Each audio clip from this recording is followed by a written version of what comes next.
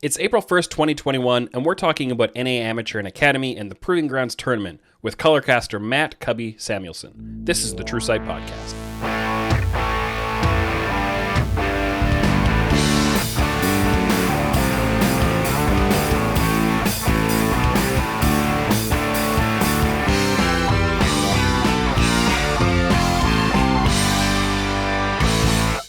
Welcome to the True Sight Podcast by Oracle's Elixir, your source for in-depth analytical coverage of professional League of Legends and the rest of the esports world.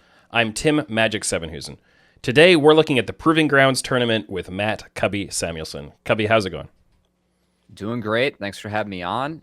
Excited to talk about some of the gameplay we've seen out of these amateur guys so far, and the academy teams too. But I feel like everyone's like now in the giant pool of amateur, right? We're all 16 teams left.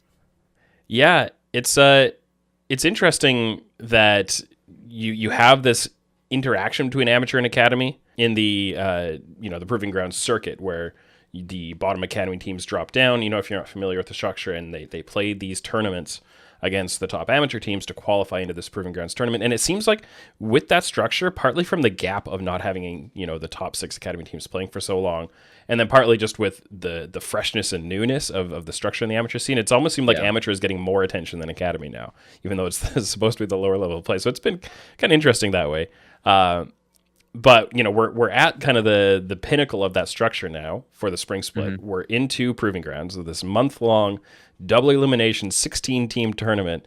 It's massive. And there's so much going on. We're 2 days into it. We've had 4 matches so far. So if you haven't been following, and there's going to be a little bit of a spoiler if you guys haven't been following the results for that, but Cloud9 Academy took out Dignitas Mirage 2-0. EG Academy beat Fly Academy 2-0. 100 Thieves Academy won 2-1 against CLG Academy, and Zeus Esports beat TSM Academy 2-1. So that's where we're at so far. Have any of those been surprising to you? Yeah, so I think what the common fans, I mean, the big surprise obviously is the fact that TSM dropped to an amateur team, Zeus. For me, I've been following the teams, throughout all of this. That was the least surprising result that I've so far. Or one of them. I was expecting Zeus to win. I think that one of the interesting parts about all this is that I think that every team, in amateur and academy, everyone has kind of committed to this unique style. And it's not like pro play where, we see teams that are usually able to execute multiple styles really well. It feels like all these teams they have one that is definitely their favorite, their go-to, and they kind of commit to that in every draft. So I thought that Zeus, a lot of their style was based on getting a Lorem good flank champions or good flank TPs, kind of letting him do his thing with his unique champion pool. And then, Cody-san can't punish Zeus bot lane with Yurson. They were still able to in the game they won, and a little bit throughout the series, but that's how you can beat Zeus, is really, really going after Raheen and Rhino in the lane phase.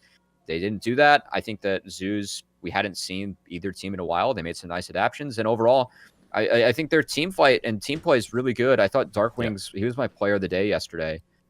He had a quietly fantastic series, playing the scaling mid matchup every single game and really coming out big in team fights that help Zeus, bridge the gap and get the 2-1.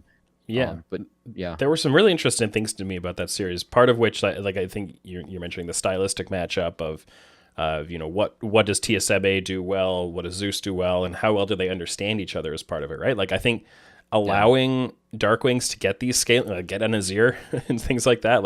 You're banning out mid champions, but letting him take Azir, and but isn't that what Darkwings prefers to do? Some of that showed, I think, a little bit of a lack of preparation on the TSM side that I was a little disappointed with. But then also I think just the fact that TSM may have typically been successful with Hanser smashing lane phase, but really bad at the late game coordination and kind of the team play side of it. And the fact that Zeus has kind of a little bit of the opposite profile of that, made for some interesting results, and I think you said it, the interaction between those did kind of lead to Zeus having some parts of it that are favored for them. Yeah, and I think that historically looking at TSM, I mean, not only their academy team but also their LCS team, they've never really dealt well with curveballs throughout. If you go the many years past, right? If you're able to throw something different at them, they don't always deal with that pretty well. That was one of their big criticisms in LCS, and I know going to Worlds a couple of years as well. And when you have a Lorem who has his own champion pool that Yeah. it's not meta picks, but it's all stuff that Alorum plays well. I think that we really saw that come to fruition in Game 3, where he took the Wukong into Aatrox, a champion that Alorum has been known for in the past, a really good matchup for the Wukong, and he just destroyed that game. So, yeah, TSM Game 1 was a lot of miscommunications from them, and Zeus punished. Game 2, they were able to snowball through a bot lead, and then Game 3, Alorum kind of took over, ended up dropping 2-1, which is, I think, what a lot of us were kind of expecting who's been following Proving Grounds up to this point. Yeah, I'm going to say I personally had higher expectations for TSM. I was predicting a 2-1 for them. Mostly because I just figured they've had a bunch of time to integrate your son. You know, I figured they've got to have improved, right? And I don't think they would have had to improve that much to turn that series into a 2-1. But I had just too much faith in their ability to actually come together as a team, and they just haven't done it. So it's pretty disappointing, honestly, that with the amount of experience they have and the fact that they have this coaching staff behind them, they haven't been able to kind of latch onto their identity and actually come together. And I think the player talent they have, I think even if it has strengths and weaknesses to it, there's enough talent there that they should be able to find winning strategies, right? You've got Hanser, you've got Cody's son, who have all this experience. Babip has been around and gone to Worlds. And, you know, then you have your son you're trying to integrate. And even if you have Sword in the mid lane, who has not shown, I don't think he's played up to his level of promise yet, but you can work through that and you can work around that and make him comfortable, right? And play in ways that can make him more comfortable. But they haven't been able to kind of bring him into a spot of comfort. And their veterans aren't really showing that they can make this work. It's pretty disappointing. Yeah. No, it feels like the team's like being pulled in two directions too, because we had a really heavy priority on the mid jungle prio in the draft, right? Just making sure that every game they were taking blue side and trying to get a winning mid jungle matchup. Whereas a lot of the wins I've seen from TSM is them just kind of defaulting, we're gonna do whatever in the early game, and then Cody's son, we're just going to make sure that he has gold and kind of pull us through in that late game, right? We weren't we saw them lose two of the early games, taking the early game comps themselves. And so I think it's a little bit of a concern for TSM.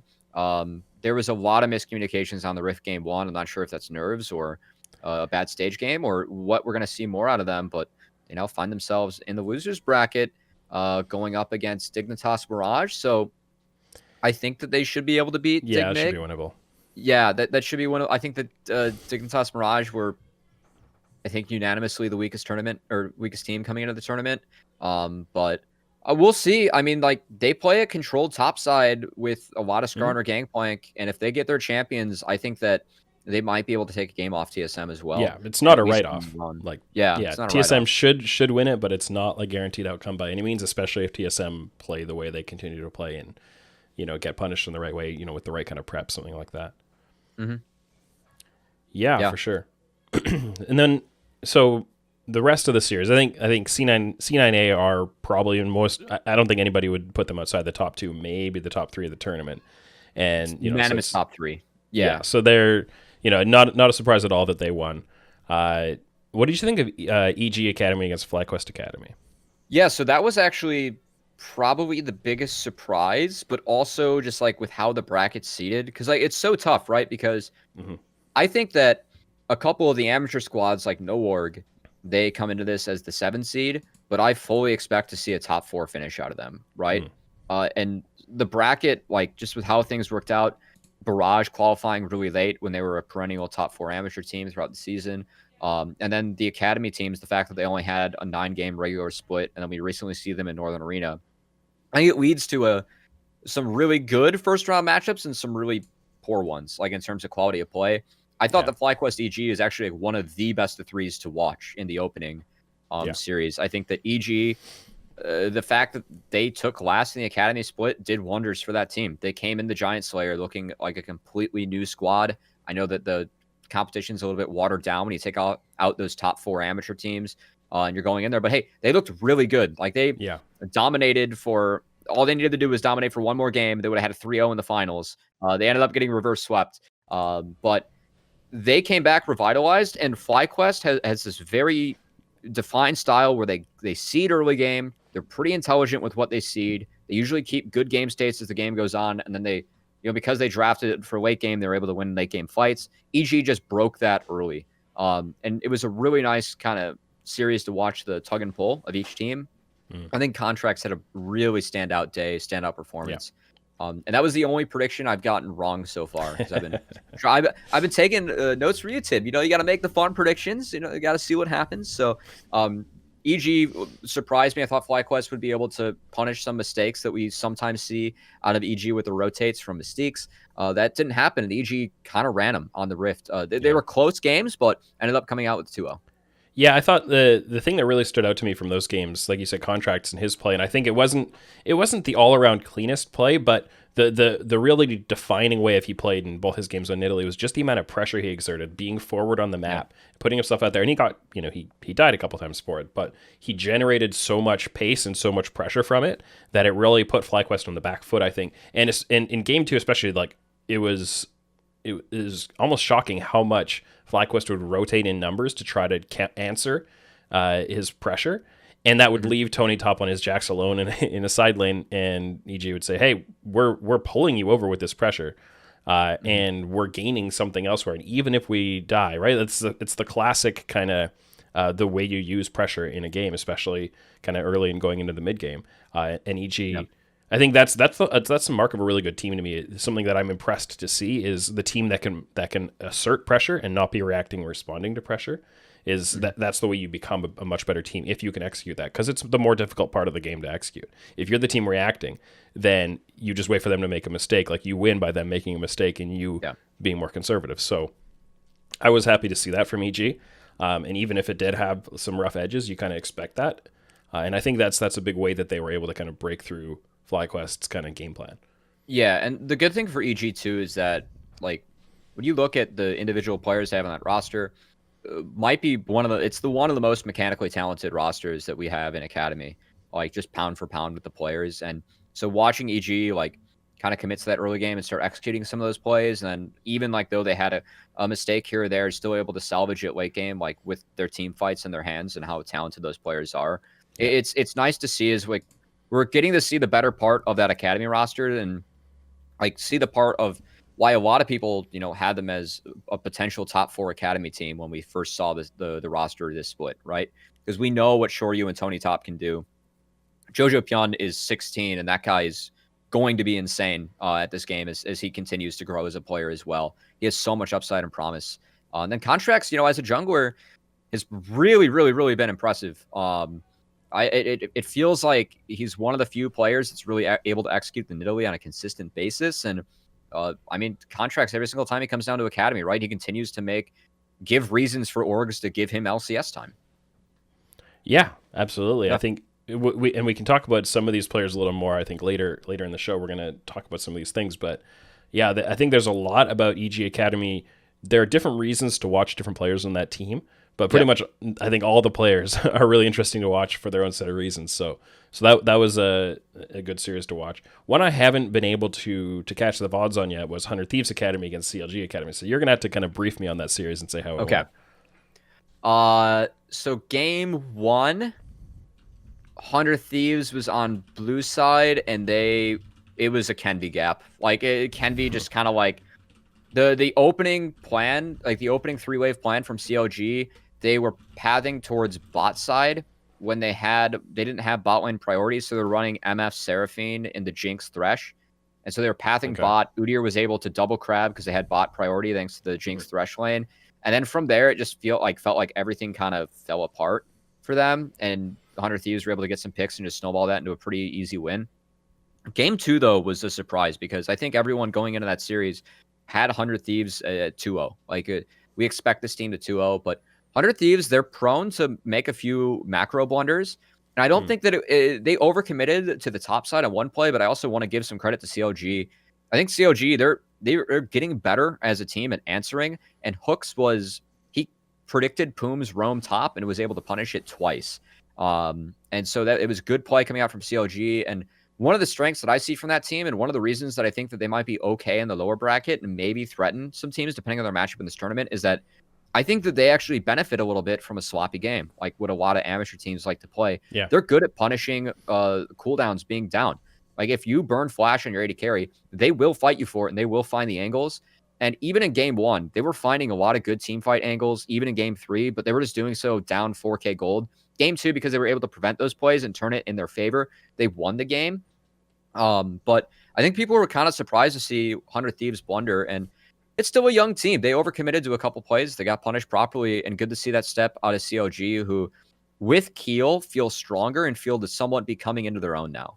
Yeah, and that's really interesting because, I think when Griffin came down, because he started the year with CLG and the LCS because they had to deal with the visa situation, then he came down to Academy, and I'm going to be honest, I thought Griffin was a much better player than Keel, but I think I agree with you. I didn't think that CLG Academy were a better player with Griffin. And then it just seemed to degrade from there. And now that they brought Keel back in, they let Griffin go. How do you think Keel is performing individually? And do you think do you think that their performance as a team is based on his individual contribution, or is it something more kind of subtle? Yeah, so in the last chance qualifier, once again, like the competition for that, 3 teams from that tournament made it into the proving grounds. Everyone else got eliminated. Keel looked pretty good. CLG won the whole thing. I think Barrage had a bad finals day. And the thing about Barrage, I think CLG has a pretty good matchup into Barrage, because Barrage, their biggest strength and weakness is team fighting, right? They're a great team fighting team, but they take wrong team fights. CLG is really good at punishing cooldowns being down, and they were able to punish a lot of those mistakes from Barrage. They look good in that tournament, and Keel looked good. Yesterday, though, Kenvi, I'm so convinced that Kenvi is like just going to be a dynamite player and is going through the right steps to like evolve and learn and get better. And Kenvi really got the best of him yesterday. In the 2 jungle matchups that Kenvi won, I mean, he was up 3 levels at the 20-minute mark, I think, game 1. And then at one point in game 3, he was up 4 levels, like at a Baron on the Nidalee versus Nocturne matchup, which is brutal if you get behind as the Nocturne, but still Kenvi's good enough where he's able to make that happen. So I think Keel, like, he still is skipping over a lot of camps to try and make plays on the map. That's a coherent decision that CLG is making to try and, help out their lanes. But it does cause Keel to fall behind. And, Kenvi did punish him really hard in a couple of those jungle matchups. So I think that CLG, like, they're finding the right fights. They're picking the right windows, but they're just behind on gold whenever they do that. And if they can find a way to patch that up, I think that CLG is over exceeding my expectations for them as an Academy team, frankly. Yeah, and I think the expectations sunk pretty low for them, right? So that's, it's good to see a positive movement for them, and I think for the org, and you hope that a couple of those players will develop enough to give CLG, some bright lights for their future, given that their LCS team is very experienced, right? And it's not really about looking like players they're developing for the future. So I hope, and it's nice to see that their Academy team is starting to show some of these things. How did Demonte look? Finally looking good. Yeah. Oh, yeah. How did Demonte look to you in that series? Demonte, it feels like the same mistakes that he was making on the LCS stage are getting punished in Academy. The game they lost, he was on Victor. I don't think it was the greatest game for Victor. And he, like, CLG was doing a good job of, like, punishing him. They got behind, so it was pretty tough to play as Victor from behind, like into a dive comp. They had a Hecarim. So Demonte was like trying his best to burn Flash and cleanse, but he's still like every once in a while, like he gets caught out in a side lane. He gets caught out like hugging the wrong pocket of mid at the time. I know there was one instance in that game where he was hugging top pocket where Kenvi was going back to his camps, where he had double control ward on bot pocket, and Rise like snuck into the brush, walked out of the brush, and hit him with like a Rune Prison, like right off the brush. So if he's hugging the right pocket there, he might be able to escape that gank. So I think we're still seeing like some of the same mistakes from Demonte, but like he looks like a similar player from what I saw in LCS, and it's like he just like does his job on that team, right? Like it's not the Demonte show. It's about Demonte enabling Luger, and then Luger just going to work. And man, does Luger look damn good on that team. Like he's the big highlight for me yesterday. Him and Kenvi just played fantastic. Yeah, well, let's again cycle into that in a minute. I have a couple of interesting takeaways from yesterday. Well, really just one thing that I am curious whether you noticed it. Did you notice that in one of the games of TSM Academy, Babip did not clear his first spawn of krugs until over 15 minutes into the game? I saw you tweet about that, which is pretty funny. It was That's the way hilarious. krugs take. Yeah. So I noticed it because you tweeted about it. I think that krugs itself is a weaker camp on the map, but ignoring it for that amount of time is a bold decision to make. Yeah, I mean, at a certain point, you have to clear it so that it resets and it. spawns at a higher level, right? You have to cycle it eventually. You do have to cycle it eventually. It's just something to bear in mind that, I'm not sure if everybody always realizes that the camps, with later into the game as they respawn, they're worth more.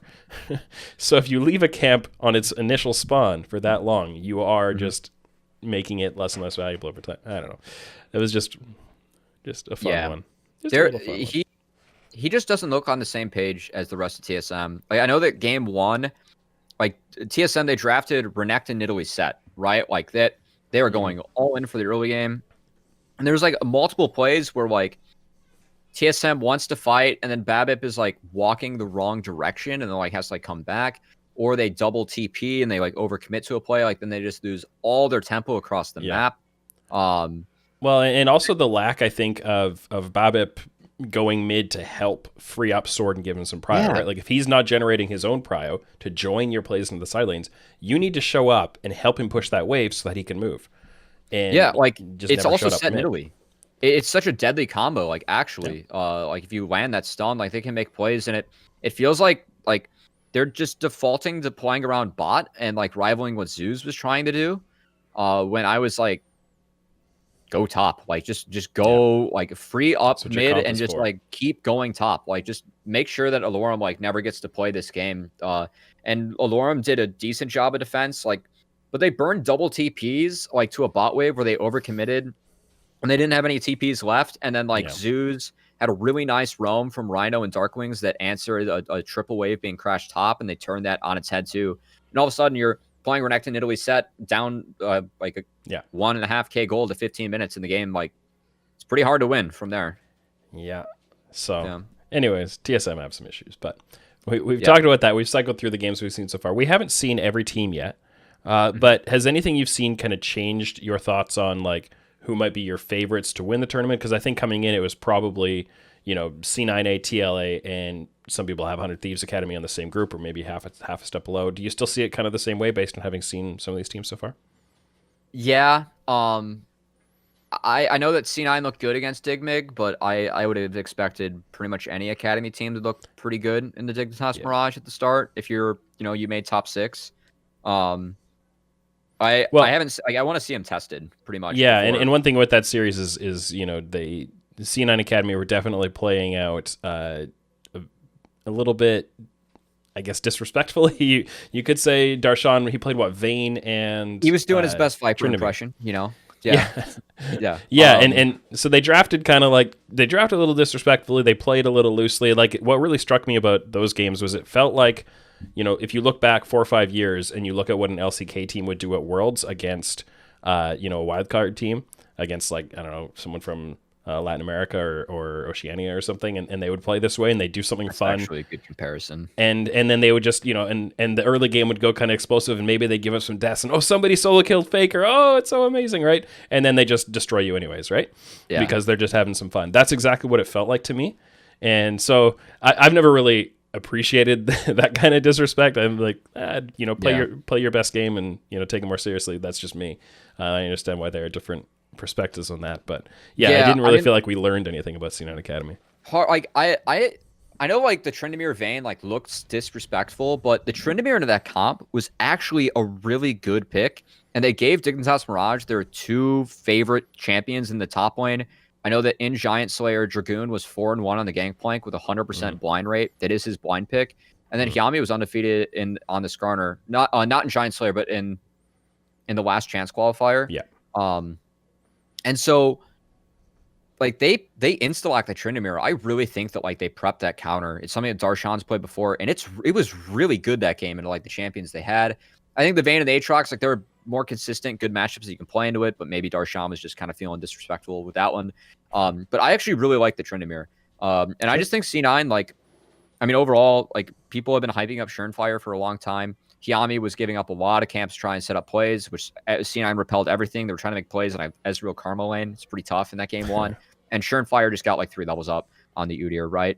And we saw that kind of rinse and repeat for game 2. And the only reason that there was any oopsies in game 2 was just a Jinx Rocket executing Baron, which is, the amateur special. So I want to see more resistance shown to C9 before I say, like, yeah, this is the team like to beat, right? Because I actually think that Team Liquid's going to be the team to beat. And that first matchup against Barrage is definitely one to look at. I think that TL has a big advantage coming in, but Barrage is heavily underseeded for an amateur team in this tournament. Yeah, Barrage are an interesting one that way because they did, they had internet issues that knocked them out. They lost out in the play-in round of the first Tier 1 tournament in a very surprising upset. They had internet issues that knocked them out of the second tournament, and then they won through the third tournament, and qualified from that one. So they definitely, like, people would have expected them to come in a much higher seed for sure, but how high would you expect them to actually deserve? Like, if you were ranking this, do you think they're a top half of the overall event? Like I would put 7-8 Barrage. I put them like 6th through 8th in there, somewhere in there. I'd say like maybe closer to 8.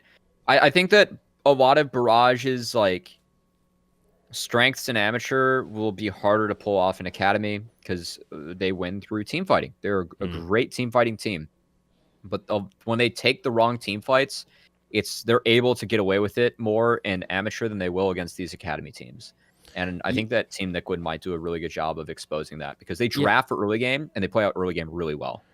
It's interesting because when you look at Barrage and their lineup, right, like they don't necessarily have, to me, the big individual standout player that you'd expect from some of these amateur teams. So they have PCL, Fnatic, APA, Gorica, and Winter, right? I'd say Fnatic is probably the one that would generate the most attention, and he's probably, the highest potential player on their roster. But overall, like, I don't know, he doesn't, maybe it's something to do with his style too a little bit, but he's not quite like the Kenby style, like super hard pop-off jungler to me.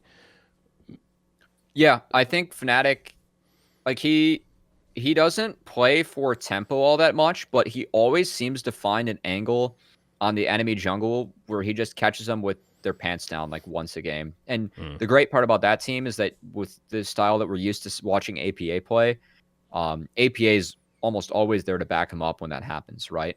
And then from there, we can see Barrage get a lot of leads. But yeah, I mean, I think that team like overall is pretty solid. And I think that like, you're right, there's like no all-star or standout, but there's also no member that I see going into these academy teams where I'm like, I'm really worried about that lane, right? I'm really not worried about like Barrage laning against these guys. I'm just worried, like, are they going to make the wrong team fight call? Because we've seen that out of them consistently. Well, and in a lot of these teams, your overall quality or your overall ceiling is defined by your weakest member in a lot of the teams in League, right? Like, you can't have 4 great players and 1 really weak player and do well as a team. It's great to have a standout superstar, but the most important thing I think is to shore up your weaknesses. And that's definitely a case where Barrage, I don't think, have any real problem area. We've seen other teams fail because they've got a problem spot, but we're not going to try to call any of those out. So rest of the tournament would be really interesting. I think we've got some exciting matches coming up for the remainder of the first round. So make sure you're tuning in on those. It's running pretty much every day during the week, usually starting 3 p.m. Pacific on Academy and LCS channels. Just go to lolesports.com and you can find those. Yeah, today has some good ones too because it's Dignitas versus Wildcard, and I'm not that high on Dignitas, and I've been hearing Dig Academy, right? Dig Academy, Dig Academy. Yeah, there are 2 Dig teams, right? I've been hearing good things about scrim rumors from Wildcard.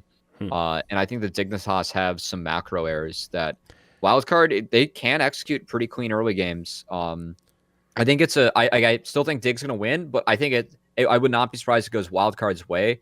And then the later game is Noorg versus Golden Guardians. Noorg, haven't seen them in a month. Perennial best amateur team coming into this, no questions asked.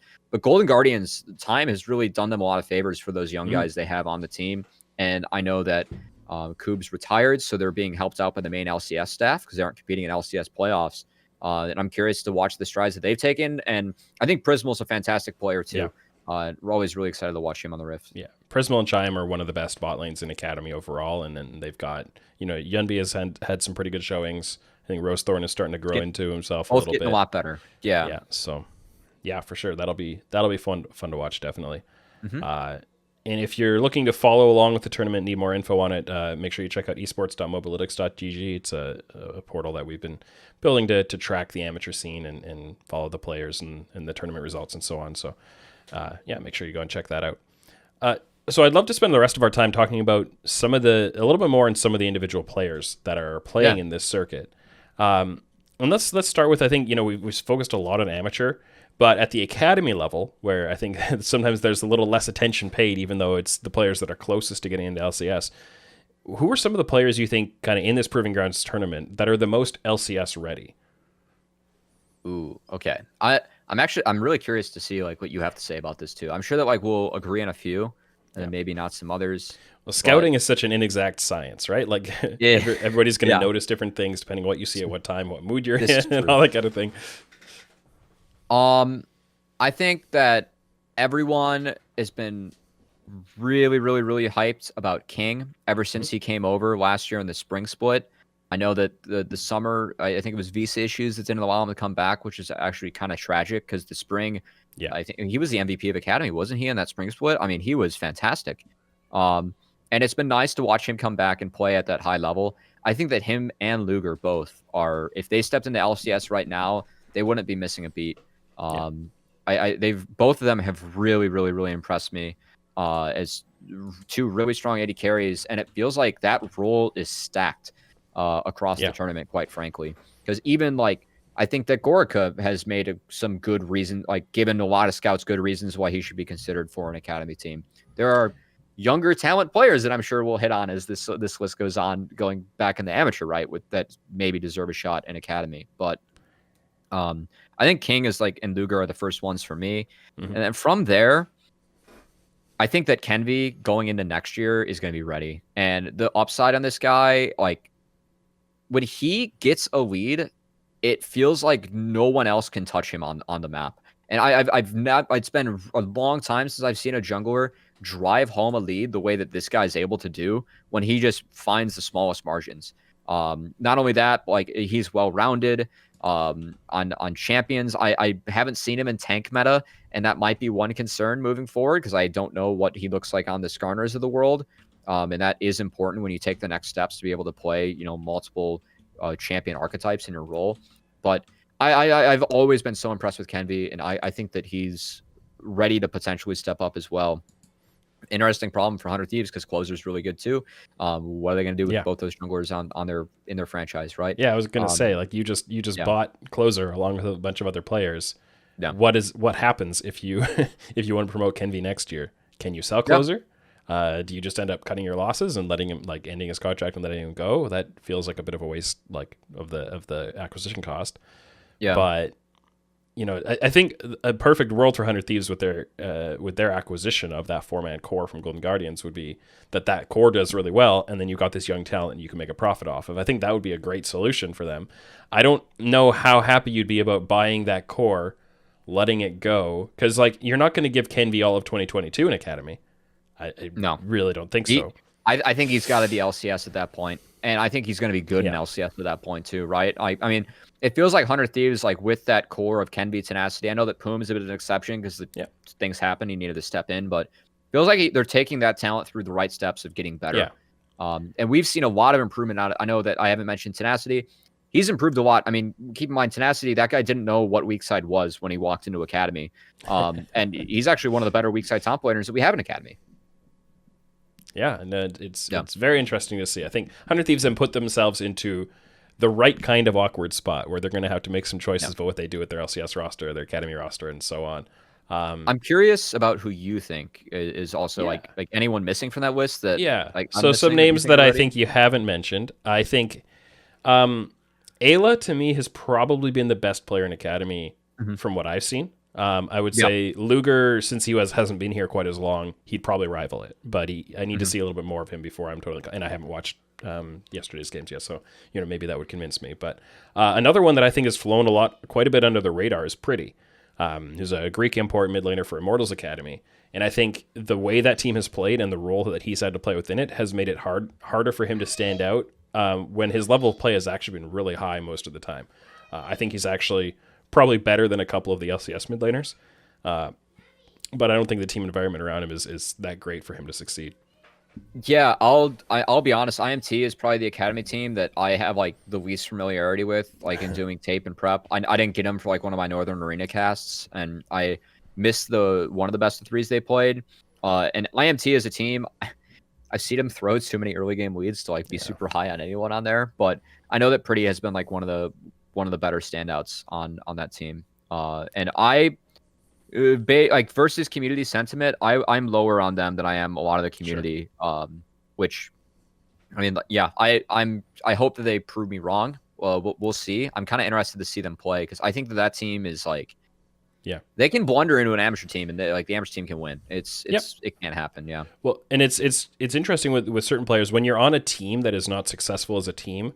How do you stand out as an individual player? And I think the best way to do that is to be a high resource carry kind of play, like Alphari on Astralis kind of thing. Like, I'm going to dominate my lane and like do as much as I can individually and play for myself a lot of the time. And that allows you to stand out on a weak team sometimes. But the things that have stood out to me more on Pretty were actually his utility and team play.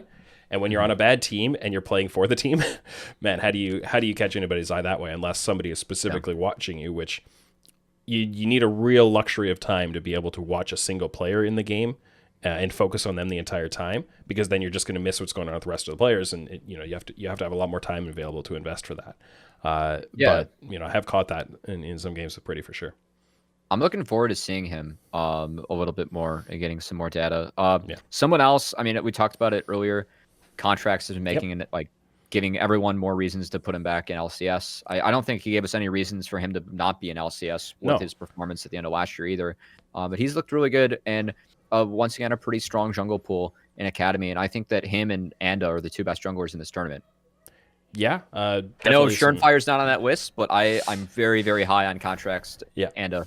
I think they're both really good. I don't disagree, especially on the contracts point. I think, I've been fairly critical of the 100 Thieves offseason, given the 4-man core they picked up relative to what they had in their org already. And one of the big reasons for that was they had contracts and Someday, that as a pairing was the best jungler pairing Someday has had in NA so far. Like, they were actually really clicking, and letting contracts go in order to acquire this 4-man where that it seems like they had to get all 4 of them together.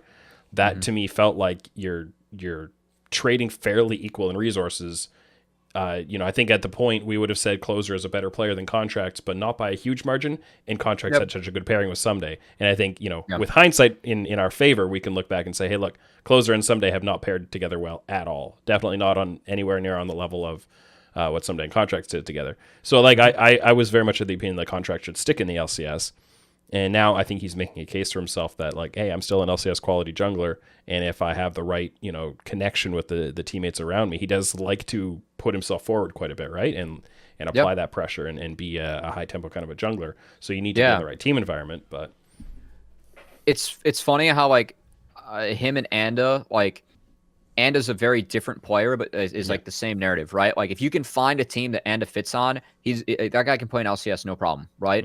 But he just hasn't, found that perfect fit yet. And we get to see him down here smacking heads around. That's always fun. But I'd say that overall, like it's the AD and jungle talent is very, very heavy in this tournament.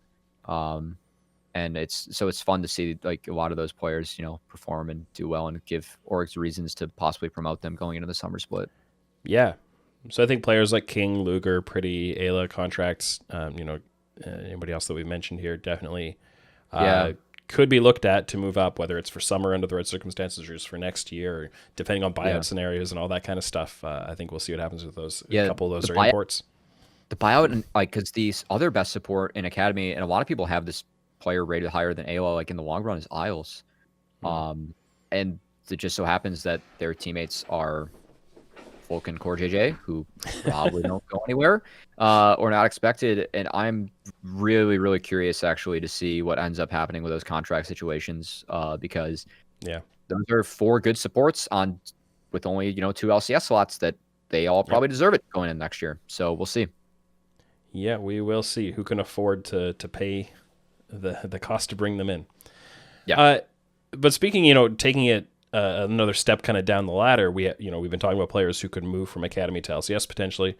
What about some players that could be ready to move from amateur into academy? And I think we've seen, with a team like Zeus beating TSM Academy, and we've seen in the past with No Org beating academy teams and other teams like this, there is talent in amateur and there are teams in amateur that are better than some of the options in academy. Who are some of the players to you that look the most ready for that step that should be playing in the academy circuit? Yeah, you got to talk about Shiro in this, man. That guy is 17 at 80 carry is so good. I know that talking with like a lot of the other ADs, they're like, yeah, I mean, like this guy's legit, right? I think that he's going to be a very, very promising piece and prospect on the EG org.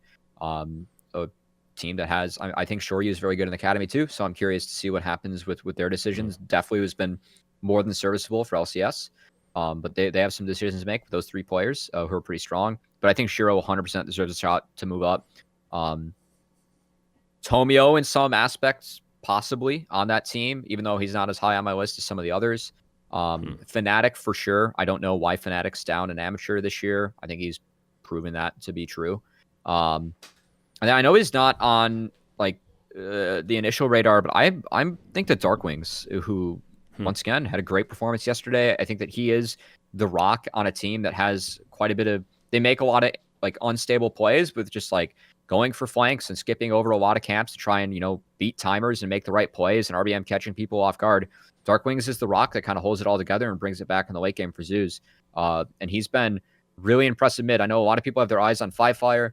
I think Firefire is crazy talented. I don't think Firefire's had his best split. With the increased competition, there have been some games where he looks really, really rough. Some games where he looks great, but some low lows too. The duality of Fire. Yeah, it's definitely playing with fire here and there. But I've been really high on Darkwings, and I think that he's really, really impressed for once again a rookie player. Yeah, I think there's a little pool of mid laners who are competing to be kind of the next mid laner to get a shot up. Copy got pulled up. Is it going to be Fire next, Darkwings next? Is it going to be who are the other names on that kind of APA. short list? Yeah, APA. Yeah, I think APA's made a lot of good strides in his play as well. Like thinking back, like 1 year ago, he was pretty much a 2-trick, and now I mean, he was solo killing Tuesday on Orianna, which is not something that like we would expect out of him and his play style. Which is huge. I think that's the most important thing for APA to show if he wants to take the next step is, hey, play a good Orianna, play a good Azir, play a good standard, always relevant champion pool, because if you're bringing out Karma and Ziggs and Aurelion Sol all the time, then people are only going to see you that way. Yeah. So I think he's made some nice steps in the right direction as well. But I'm pretty high in Darkwings. So yeah. Doxa has been a very interesting story this year. Yeah. We'll see about him. That team kind of fell apart at the end. They had a lot of exploitable weaknesses that teams ended up figuring out, but he's definitely hype. I mean, on Assassins, man, he's clean. Yeah, and Akali is becoming relevant again. We'll Very see. true. Yeah, his Akali is actually crazy. That I didn't even know you could do like that EQ combo he was doing, where like mid flip he was queuing and like getting the damage down. Okay. He's got some really good Akali mechanics. But yeah, once again, like he doesn't play the meta stuff, right? It's just a different, it's a flashier style than like what APA does. So I think he gets a lot of notice, but ultimately, like in the end, I mean, still very young and still developing in college. So we'll see. Yeah, it'd be interesting to see him on a bit more of a well-rounded team, playing consistently against higher-level opponents and see if he could hold it up and over a longer-term meta, set of meta shifts and all of that. Yeah. Here's a challenge for you. Cycling back a little bit, we were talking about Shiro, right, as one of the big players in this list. If you were EG and you're looking at Shiro and Shoryu as your two kind of options there, and you had to promote one of them, at this point, who would you promote? Because Shoryu's got more experience, right? And he's been playing at this kind of a level a little more.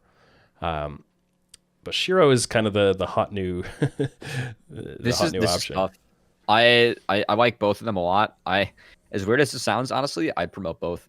I'd put Shoryu up in LCS and Shiro in Academy. Okay. I think that Shiro being 17, I think a split in Academy wouldn't hurt him at all. You can only learn and improve. But he's Yeah, I think both players are pretty strong. You have two good AD pieces. I think Shiro is a little bit of a different champion pool than Shoryu, but both, have the potential to make really flashy plays and pick the right angles in team fights. I think Shoryu is a bit well-rounded with a little bit more experience, but Shiro's younger. Um, I've Yeah. only heard good things about Shiro. See, to me, I think I do see a bit of a different style out of them. I see Shoryu, and maybe it's just because of the way EG Academy have been using him, and not necessarily. And he's also been playing on higher ping, I think, for most of the year so far than the rest of the team because he's been playing remotely. Yes. But so maybe that plays into it. But Shoryu has been playing more of the low resource kind of, not necessarily utility because that hasn't really been the meta, but playing more of the low resource, be ready for later kind of thing. Where Shiro's been more the primary carry. Like, hey, we're gonna dominate this lane, and we're gonna play out the rest of the game with me as the focal point. And so I think to me the talent level on the two of them right now looks similar enough that it would be, what kind of style do we want our team to play into? Like, hey, we've been using Impact strong side a lot more. Do we want someone who's more comfortable being put in more weak side snares in the bot lane? Maybe Shoryu is a better fit for what we want our team to become, right? Or maybe it's the other way around, and Impact is the best weak side top laner in the LCS, so we want to get a stronger primary carry option in the bottom lane. Maybe Shiro is going to be a better fit for that. So, more Samira comps, man. That's all I want to see. Yeah, exactly. So fun to watch. Yeah. Holy smokes, that guy's Samira's nuts. I think it's an interesting. It's a similar situation as we were talking about with Hunter Thieves earlier. A little bit of embarrassment of riches in talent. Like, hey, we've got this at the LCS level, we've got this in Academy and Amateur, and which option are we going to go with, right? So I'm interested to see how over the next couple of years how they play out that whole talent pipeline and pool, because there are other players in the EG system that we haven't touched on yet. Surdy as a player worth talking about. Tony Top at Academy has had a really great series. So Tony Top's evolved nicely. Yeah. Definitely rounded out his play, because once again, that team for EG, the EGA team, it's all right, all these players have really good mechanics. Now let's figure out how to play the game, right? And it's nice to see it come together, because now they're starting to look pretty good. Won their first set against FlyQuest. End of last year, I was watching Tony Top a bit in certain kind of behind the scenes scenarios. People were trying him out for things and so on, and he participated in the scouting grounds, right? Yeah, he did. Yep. And so through all of that, I had formed an impression of him that was very much just only go forward. I'm gonna try to outskill, play a lot of split pushing and stuff like that. And I wasn't too impressed at that point with his ability to read the map, and his ability to, recognize his actual role in our macro cycle right now. But it seems like he's really picked that up a lot better, and he's become a much more well-rounded player, much more quickly than I thought he'd be able to. Yeah, I think that Gnar coming into the meta really did him a lot of favors. I think it helped round out a lot of the skills that you need on Gnar to be successful, like reading the map. You have to have great reads with Gnar, yeah, because you also have to tie with your rage bar management and TPs and approaching team fights from the right angles and at the right timings. Yeah, so it's funny to see, and I know that other players could be promoted. I mean, we've been talking a lot about Shiro, but we haven't even mentioned Team Luke and Value, two players that you could also make the argument that deserve a chance at the next level. I think Team Luke has a lot of upside if he learns to manage the aggression a little bit more. I think that he could be really strong, and I think that I've made the joke that on Noorg, I could play in the AD carry position and they would still win games just because how the team plays. But in all seriousness, Value does his job on that team and does it really well, and he also he can be a big carry on Aphelios too. So I think that overall, that team isn't set up for him to look amazing, but he's still a very solid player that, you can consider for a shot at the next level. Yeah, definitely. And I think a final point that I'd like to hit here, reviewing some of the key players in this circuit right now.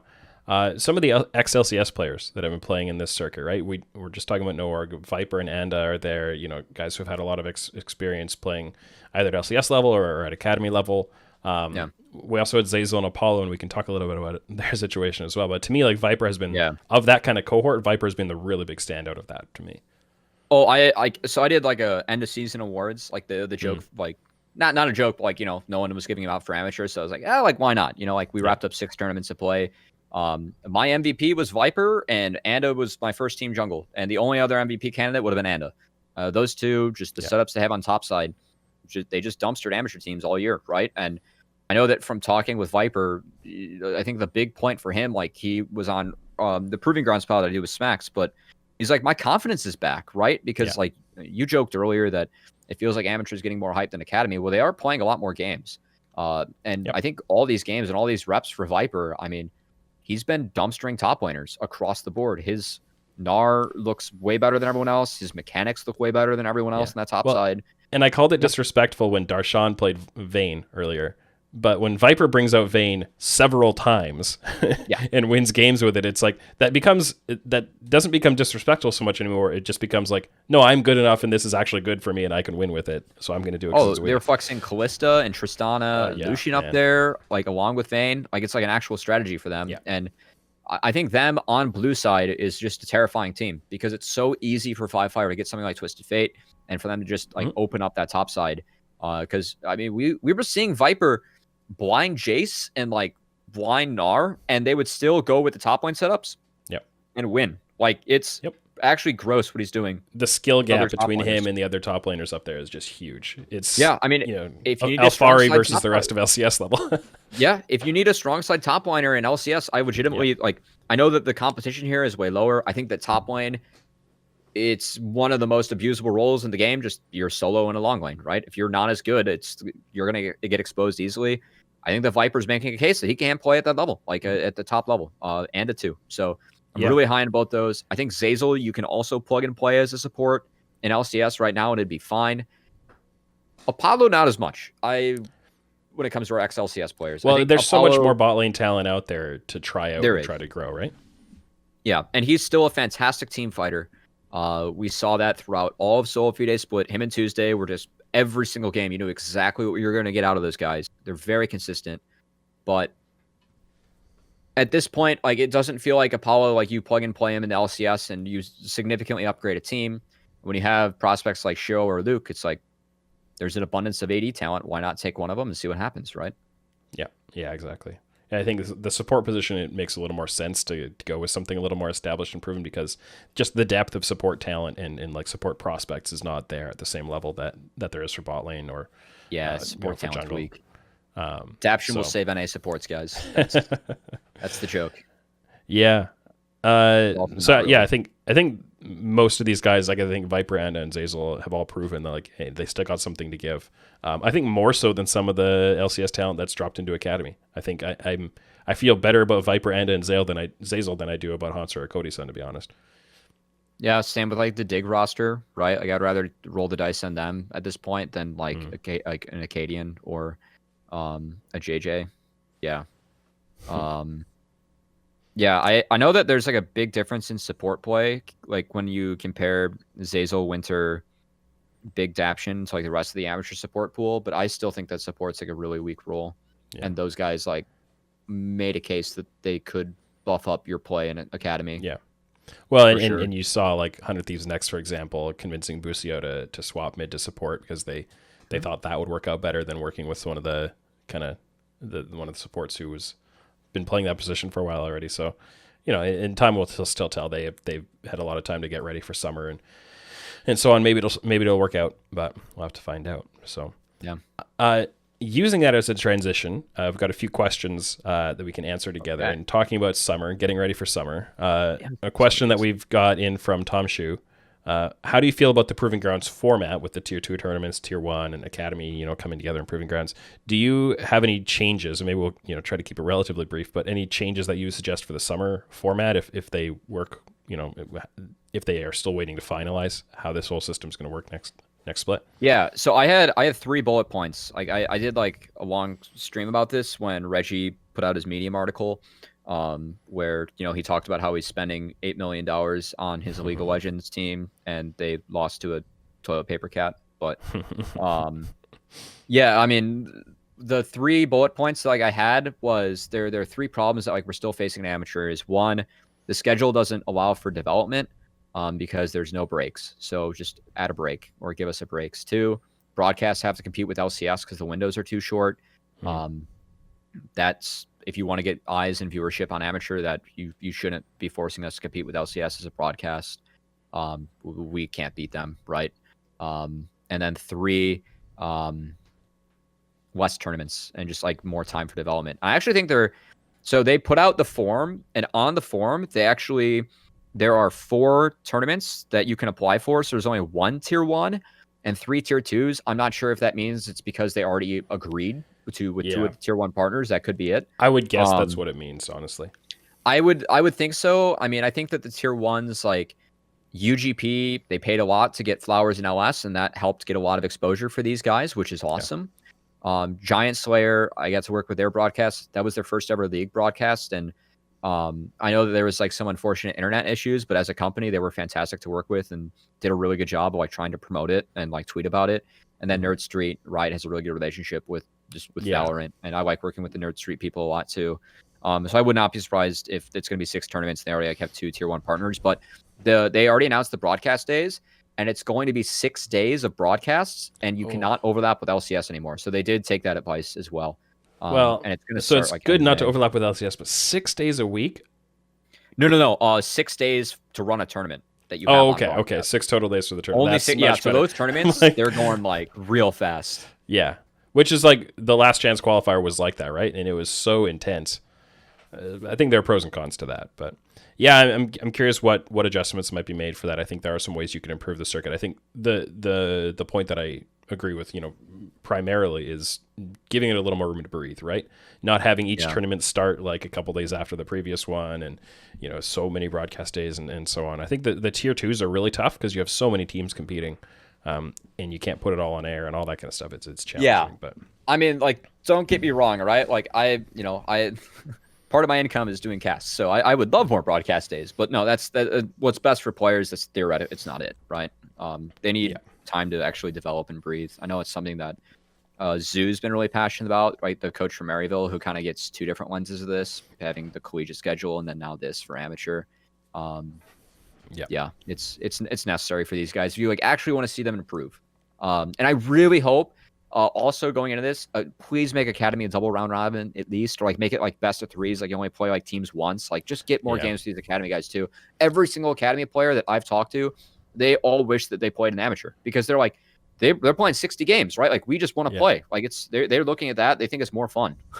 So I hope they're able to at least like compete in the tournaments, or they give them more games in their Academy schedule. Well, and one thing I think we can definitely say is that Riot has shown that they are listening to this feedback and they're paying attention. Yes, because they made this partnership with Northern Arena to run this kind of unofficial off-calendar Academy tournament to help fill in this gap a little bit, because that was like a huge piece of feedback that came in, and they found a way to start addressing it, right? And I think they've shown that they're listening, and this is new, and they're trying to find, rough out sand off the hard edges of the pain points and some of this kind of stuff. So they're listening. Shout outs to Whoopley and Ice Chest, who like Ice Chest, this was like kind of like his brainchild, and they care about this a lot. And for sure. Like we like have open lines of communication with them as well, so they're really good at taking feedback and listening. And I mean, we just want the best for these guys. So it's been at least like the premise of it. There have been some hiccups in this first split, but the overall premise is just so much better. The wall is broken down. We have scouts like looking at these teams, like because of the schedules, like you can now practice against Academy teams consistently too, and the teams are good enough to deserve that. It's a much better ecosystem already, and if we just, as you said, sand off the edges, it's already much better. Yeah, for sure. Yeah. It's all heading in the right direction. A question from AlphariStan, which naturally is about a Team Liquid related topic. How do you guys perceive Jenkins, and do you think he can, if he keeps up his form, where will he end up? Ooh, do you have any like hard opinion on this, Tim? Yeah, I mean, Jenkins is an interesting one because he's been around Academy for a while now. And last year he'd have a game every like 3 or 4 games where I'd be like, oh, there's something to watch here. Like he could go somewhere, and then it'd be kind of quiet for a while and look a little rough. But it was one that I'm always like, I want to feel good about him, and he shows me enough. And this year, I think with the team as a whole being much more stable and higher quality compared to what TL Academy was last year, when they were honestly just a total mess. He has definitely rounded into form a lot more. They brought him to Worlds last year. He got to play in the Chinese super server, like solo queue stuff. They feel very highly about him. I know that their coaching staff and Spawn, they feel great about Jenkins in the top lane and his ability to develop and his potential. But there's always that bit in the background. Like he's been around for like 3 years in Academy now, and I don't want to write anybody off just because they've had previous experience, but that's always a little bit there subconsciously. I think he's been really good this year, but I'm not like he's not going to obviously supplant Alphari, and I'm not sure if there's quite enough for me to say that there's an LCS team where like swapping him in would make sense right now. So I'm not really sure what his trajectory might be. It's tough. I think that he also kind of suffers from something that I know talking with Tuesday a lot from. Like, you've been with the same org for a while, and it just like kind of puts a bad stigma on you as a player, like community sentiment wise, which is something that he kind of has to deal with, which sucks because I think that Jenkins has looked pretty damn good this split, and I think it benefits that he's on the winning team, but he's consistently one of the better top laners and one of the few that consistently shows he can play both role archetypes really well. Yeah. And he still has like his flavor picks, of course, like the Kennen, the Lilia, and that kind of stuff. But he plays them well. And so, yeah, I don't know. It feels like the top lane talent in LCS is pretty good. Yeah, it's hard to break into top lane in LCS. I kind of think Jenkins is like fake god light, is like kind of how I see him. And yeah, I think that like top lane at the moment is pretty stable, and like the weaker top laners, like Niles didn't have the best split, but he is a developmental piece, right? So it's like, do you want to swap one in for the other? Yeah, and I feel like Golden Guardians feels pretty committed to that. So, yeah, I don't know what happens with him. I think that he's in a tough spot. Like, you're on the best academy team, you've been there for a while. There's no home for you in LCS yet, but like you're good. Yeah. It kind of sucks for him, but you think maybe this coming off season he ends up heading to another org where they do put him in a scenario where he has a chance to play into LCS, and maybe that'll be a pathway that opens up for him. But yeah. Like the tough part for him too is like, why would I take Jenkins, who's been in the system for like 3 years, when I could take Tony Top, who within one split already looks like almost just as good as he does, and like develop that quickly and may have more upside, right?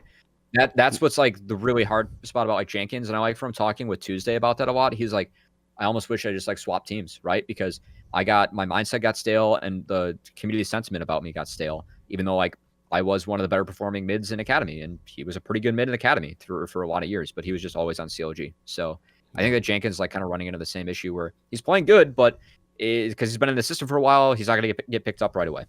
It's tough. Yeah, I mean, it's regardless of circumstances, it's hard to break into the top level of competition like this, like it is in a lot of other kind of performative industries. So, for his sake, I hope that he can find a way through and take that next step. I think he's playing well enough that he's addressing that part of the equation, but there are some other pieces that are a little less in his control that are going to have to line up. We'll take one last one here from Empyre, asking whether we have any ideas on how to solve the buyout problem, and define what that means, to make it easier for players to get promoted into LCS. And so what Empyre is referring to here is the fact that we have players like some of the ones we were talking about before, King, Luger, Pretty, Ayla contracts, who might be, depending on the way the org wants to handle them, it's going to be really difficult for them to move into LCS with another org because they're going to set this massive buyout. So we saw this problem with Fudge, when before the Oceanic kind of domestic status in NA was granted, Fudge was very clearly, a candidate to come into the LCS, but teams were going to have to spend, just based on rumors, maybe up to $1 million to buy the contract to get him in. And you go, oh man, like, he may be good, but is he that good, right? To spend that much money to get him in. And circumstances worked out a little differently there, but there are other players in here. I think King is an example of, if you believe the rumors around it, he could have been an LCS if somebody had been willing to pay the buyout for him, which might have been a really big one, probably not quite as big as Fudge. But so how do you deal with that to make it easier for these players to have more movement and not to get locked into these contracts where they might have a 3-year term, and the only way they're going to be able to ever move is to play out that term, let it end, and now they can sign with another org, but it might be another 1.5 years, right? Yeah. It's so hard because, like, a lot of this comes from the fact that, like, obviously LCS is it's a big moneymaker. Like, they have a lot of sponsors. A lot of money goes to the teams for LCS. It's one of their biggest esports teams.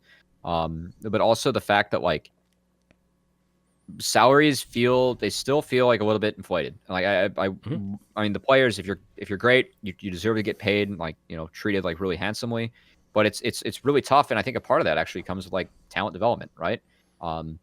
Look at 100 Thieves next, and like a lot of these amateur teams, like Barrage, has been very public about the fact they aren't getting paid. Zeus just beat TSM. Those guys are not getting paid, right? And if you are able to at least encourage this from like the bottom up and not sign them into like, I think that like for amateur teams, like there should be a 1 year limit on contracts. Like if it's longer than like 1 year, There like is, because yeah. I know they have like there is okay. All amateur contracts expire at the end of November.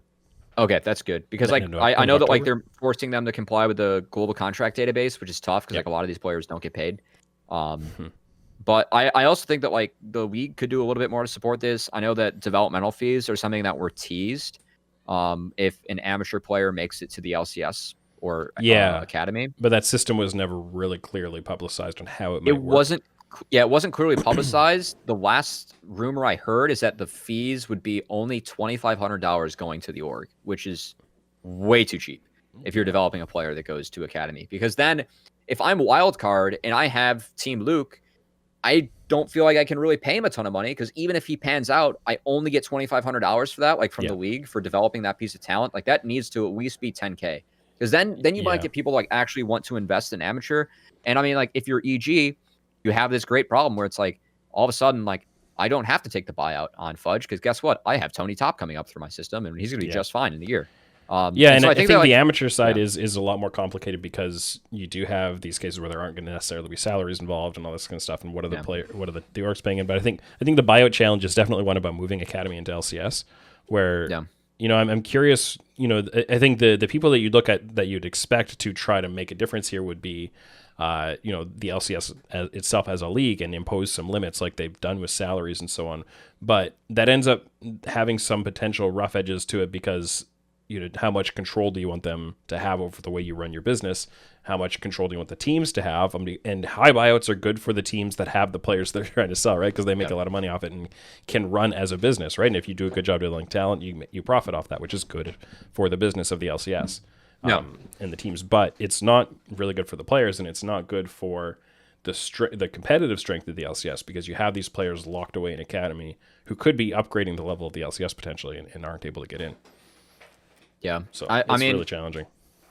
It's like this is really tough and something that like Empyre, like who's asking the question, like might have like more knowledge on than like me from the outside, like looking in, right? But I like it's definitely an issue that because like a part of me is like, well, like if the orgs were better at their jobs, they might be able to like sign better players for cheaper, right? Like I think Dignitas outkicked their coverage this year with their roster. I don't know how much that costs. We're also in a year where, keep in mind, half the league is owned by teams that are backed by teams that are in the NBA, and the NBA lost a ton of revenue.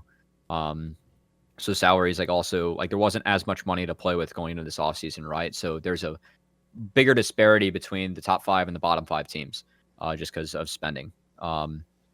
But yeah, I don't know like if Riot can come in like set like Academy max contracts because like once again if a player's that good and you want to pay him $1 million in Academy, then I mean, if I'm that player, like, why wouldn't I sign, right? And I think an interesting part of this is also that the Academy players might be playing for a relatively low salary, like a league minimum kind of salary. I'm not sure how the LCS minimums apply to Academy players, but they play for this salary, but then the buyout set on that isn't really related to the salary. It's just, hey, you're earning, $75K a year, which I think is LCS minimum right now, but a team's going to have to pay $750K to get you away from us, so you're just going to keep playing for this in Academy.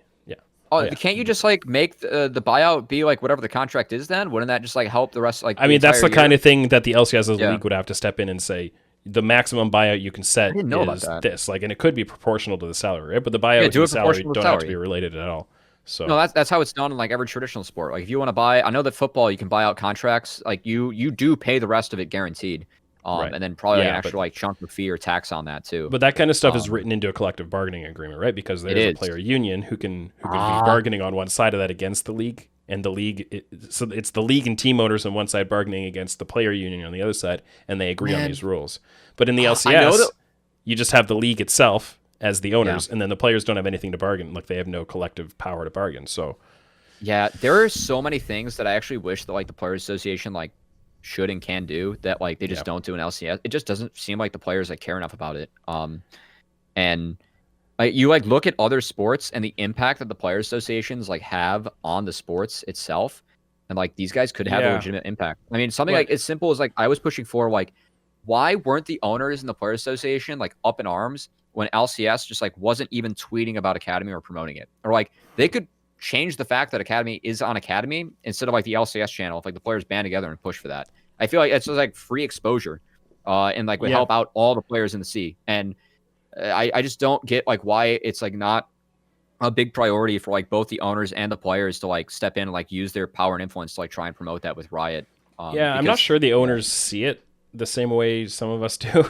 I think they should see it more that way, but I don't think the owners necessarily do. They don't care. They talk about Academy, a lot of them talk about Academy not being very important, or implying that, I think. But I think it's really important to recognize that the Players Association is not really a legal entity with any real power. It's just like, hey, we're going to have some meetings now and then and try to lobby for something, but we don't have any actual power, direct power to do something like you would in a player union scenario where, I mean, one of the things that the players would have to give up if they wanted to form a union, as I understand it, I'm not an expert on the topic, but you'd all have to agree to pay part of your salary into funding this thing, which they might do a little bit of already.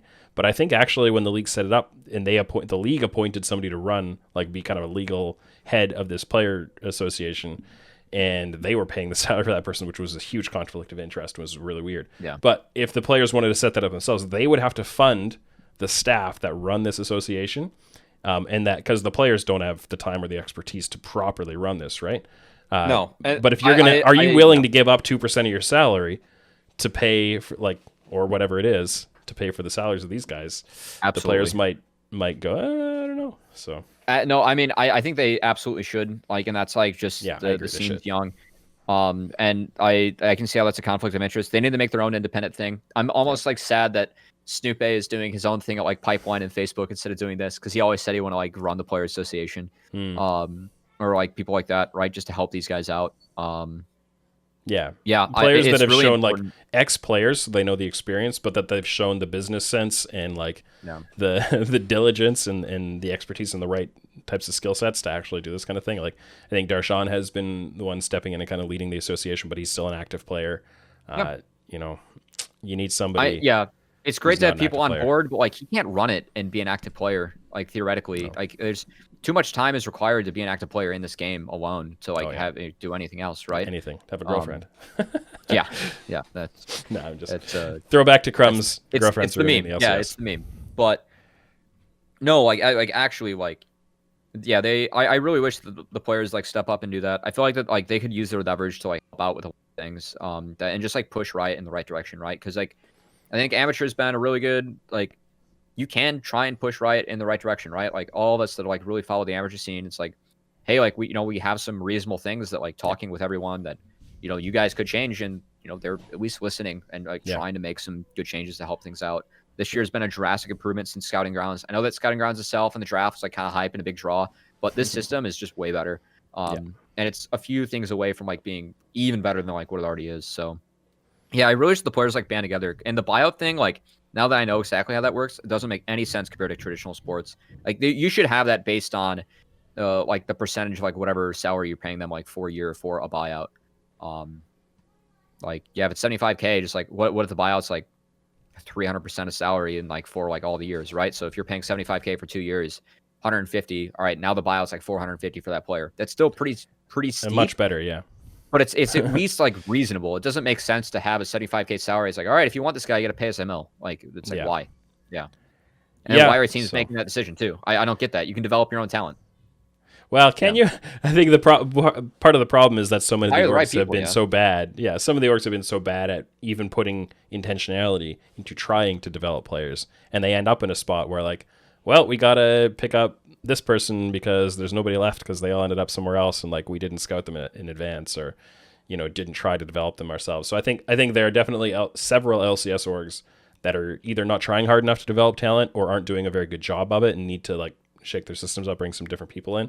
I honestly don't think it's that hard to identify one or two players that you could bring into your pipeline and actually have something. But there are orgs in there who kind of don't really have anything.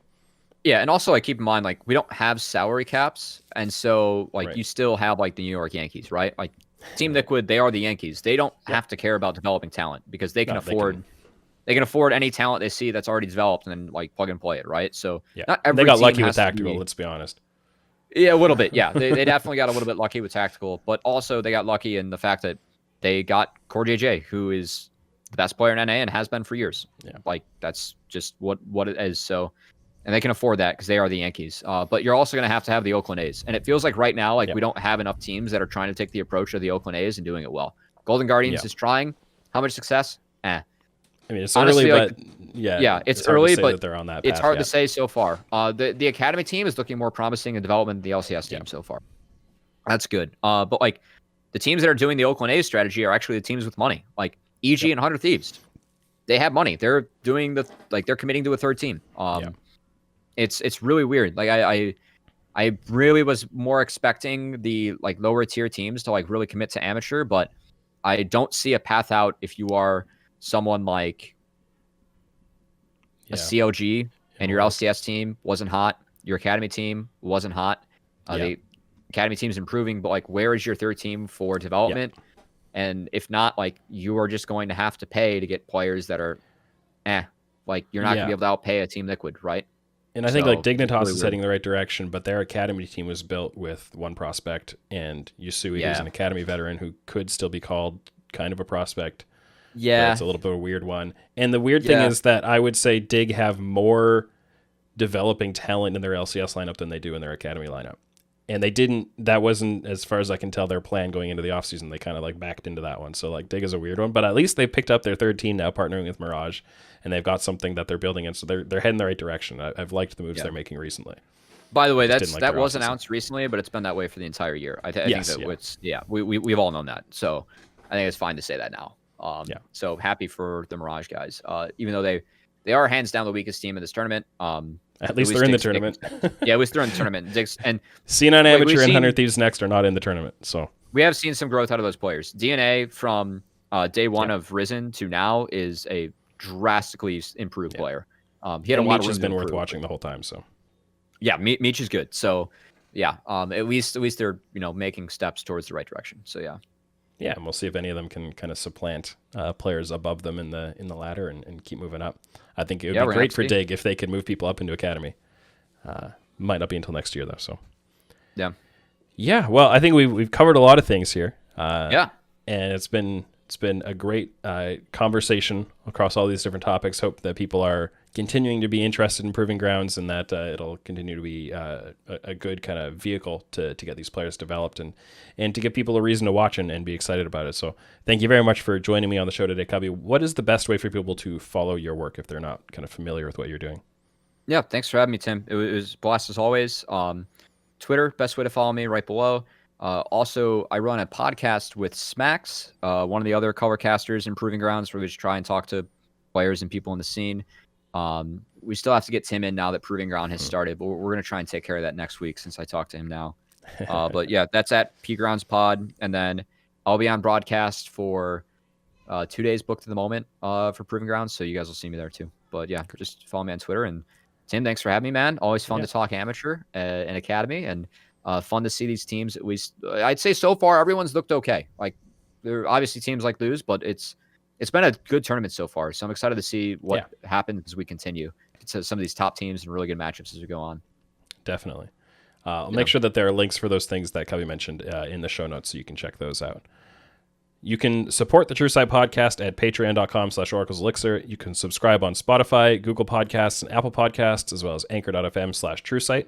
And make sure you check out the Oracle's Elixir Discord server to talk about League of Legends esports, data science, and a lot of other topics. Links for all of those things will be in the show notes as well. This has been the True Sight podcast, and I'm Tim Sevenhusen. Thanks for listening.